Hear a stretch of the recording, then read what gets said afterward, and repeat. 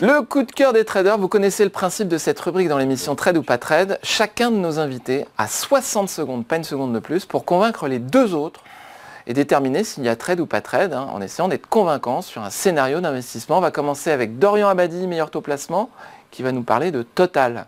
Oui. Alors on attend que le chronomètre s'affiche derrière moi, ça y est, je le vois. 3, 2, 1. Oui, pardon. On attend que le graphique s'affiche aussi. Ah oui, aussi, on attend que le graphique s'affiche, donc on va meubler pendant ces petits instants. Total, c'est quand même, elle a été longtemps la plus grosse capi française, mais elle a perdu la première place.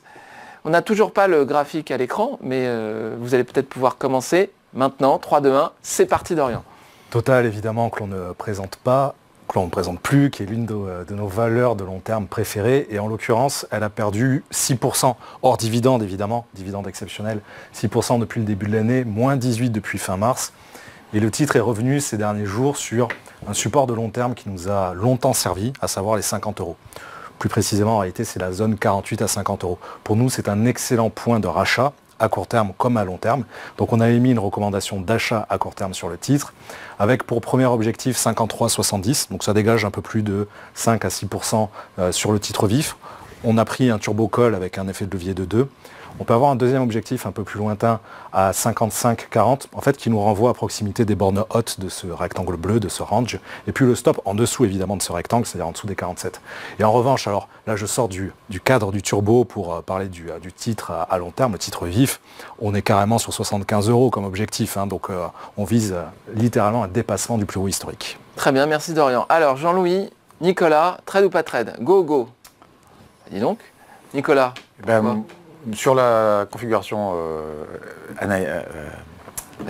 graphique, effectivement, on a un très beau support, moi ça me convient tout à fait. On a un pétrole aussi qui est sur ses bas et qui devrait aussi à un moment rebondir. Et donc on a cette double configuration qui me conforte sur l'idée d'Orient. Je pense que c'est une très bonne idée. On a un point parfait pour pouvoir rentrer sur ce marché. J'aimerais bien vous challenger sur devrait rebondir. Parce qu'il y a quand même des pressions baissières sur le pétrole.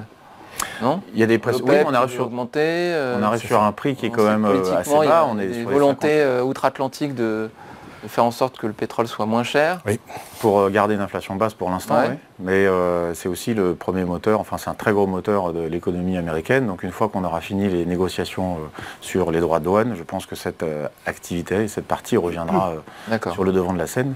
Et on arrive sur un prix qui est très intéressant aujourd'hui pour des acheteurs.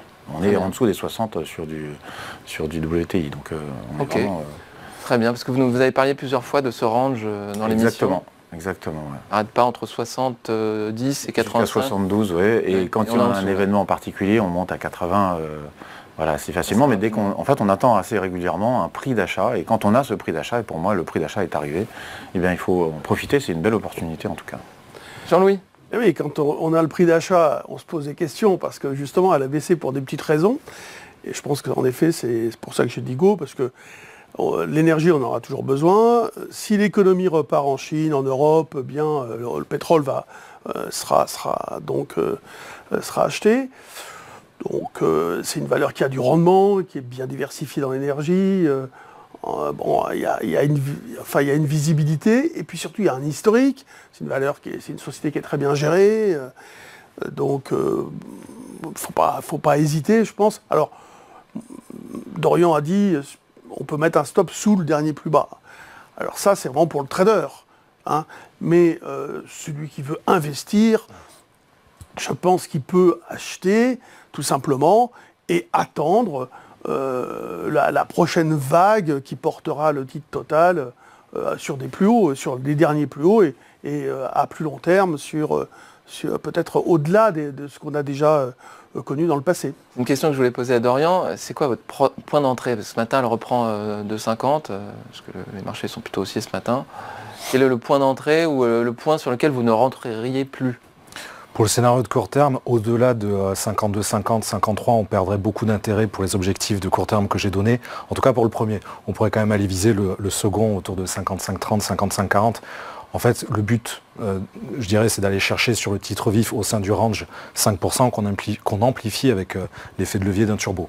Et après, évidemment, comme le disait Jean-Louis, oui, le titre vif sur le long terme. Ça, c'est notre conviction. C'est qu'on est à la fois chargé à court et à long terme sur Total. Très bien. Merci beaucoup, Dorian.